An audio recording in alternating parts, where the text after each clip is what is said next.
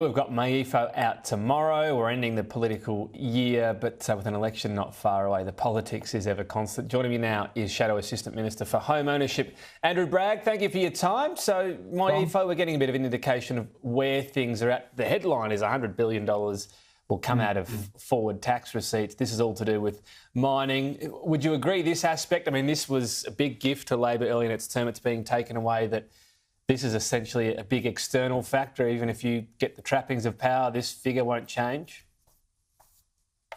Well, I think we've seen a significant deterioration in the nation's finances, and we will see 4 years of deficits.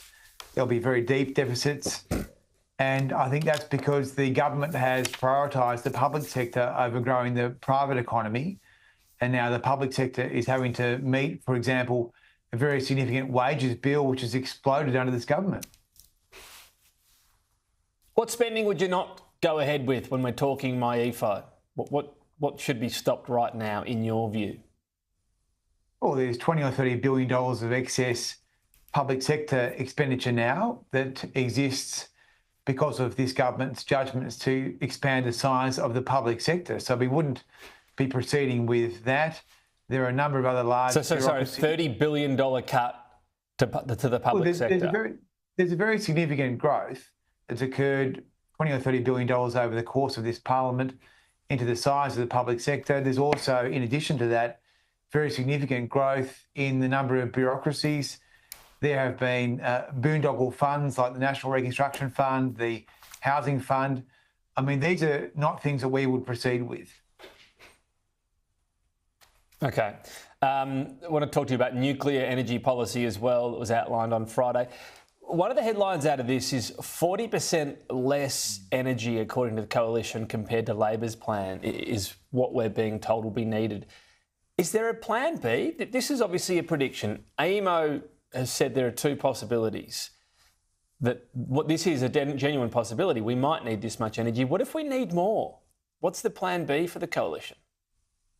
Well, as you know, when you're costing these very long-run policies, there are very different assumptions that can be used by the government agencies, AEMO or CSIRO or private sector economists.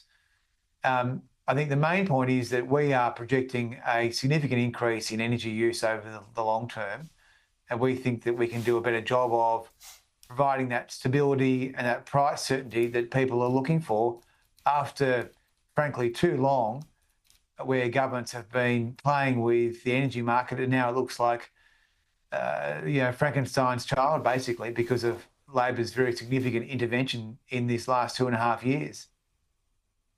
You're about to make a really significant intervention, and part of that is saying, you don't want too many renewables in the grid. So, again, the question is, what happens if your prediction is not right around how much energy we need?